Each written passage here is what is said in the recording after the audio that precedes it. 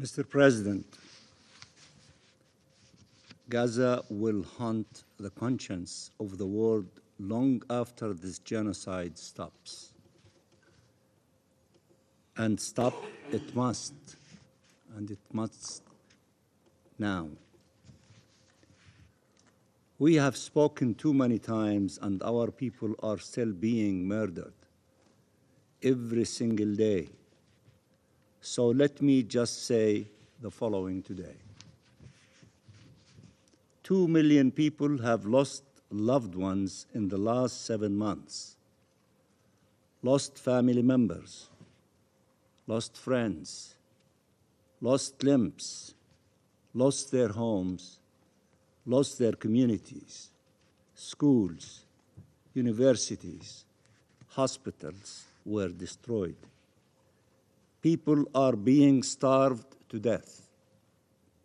Refugees from the 1948 Nakba, who were waiting for the day the Nakba ends, are forced to live it with even more cruelty and devastation than 76 years ago. This is happening despite the decisions of every relevant international body on earth and calls by nearly every state in the world. There is only one conclusion to draw from these facts.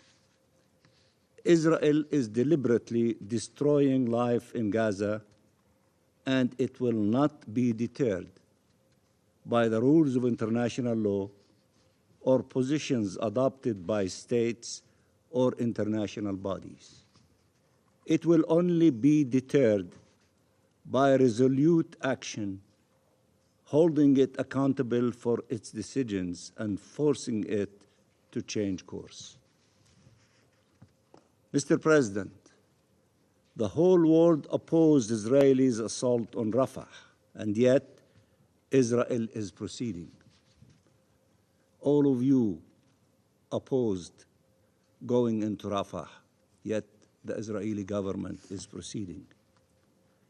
Israel has pushed an entire population to the southern border of Gaza, to Rafah, through mass killing and destruction. People were forcibly displaced time and time again in horrific conditions. They are being displaced yet again by the hundreds of thousands with nowhere to go, nowhere to stay, nowhere to be safe, dragging what remains of their lives, confronted with death all around them, abandoned to this terrifying fate. In parallel, Israel has escalated its massacres in northern Gaza, notably in Jabalia.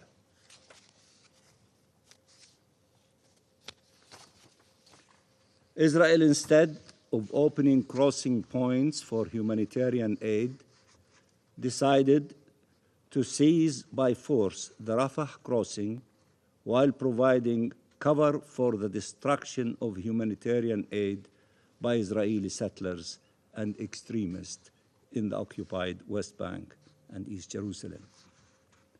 At a time where the international community was calling to flood Gaza with humanitarian aid to stop the famine underway and the human suffering resulting from this horrible siege, Israel imposed on our people a drought of humanitarian aid, a deliberate and undeniable use of starvation as a method of war. Israel must pull out from the Rafah crossing, open all crossings, and allow the unimpeded flow of humanitarian aid, and must withdraw its occupation forces from the Gaza Strip. Mr. President, Israel has determined who its enemies are: the Palestinian people as a whole, the United Nations, its agencies, the Secretary General, the Security Council, the General Assembly, the Human Rights Council, the world courts, the NGOs, Palestinian, Israeli, and international, and every state on earth that dares to denounce its crimes. Mr. President, with what audacity does Israel kill, maim, forcibly displace, arbitrarily arrest, torture, starve an entire civilian population? With what audacity does it occupy and annex our land? With what audacity does it give itself a right of life and death over every single Palestinian, and proclaims it has a right to veto our national rights, including to self-determination and to the independence of our state? With the audacity, or should I say arrogance, that impunity provides. We speak often in this chamber of the international law-based order. Israel is asking you to destroy the international-based order with your own hands so it can continue killing our people and annexing our land in full impunity. It will not listen to reason or to your protests, to your calls or your demands. You have tried every other way possible, and Israel has gone further and further in its breach of the UN Charter and the law. It expects everything from you: blind political support, weapons, full economic and trade privileges, and rejects any commitment in return to abide by the rule of international law, to end its occupation, and to advance just and lasting peace. Israel insults and humiliates its closest friends and allies. It expects them to align their policies with its crimes, to sacrifice everything they stand for, to stand not by Israel but by Israelis' colonial, supremacist, and inhumane policies towards the Palestinian people. This is becoming increasingly impossible for many of them.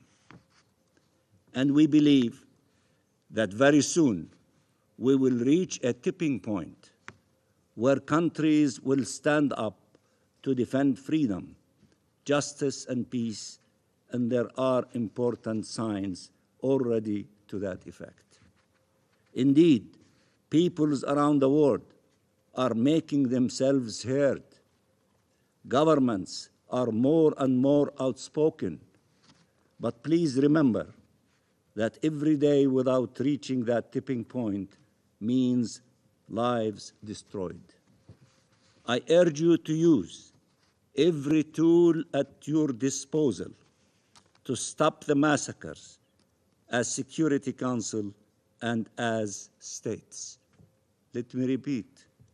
I urge you to use every tool at your disposal, and you have many of them, to stop the massacres as Security Council and as states.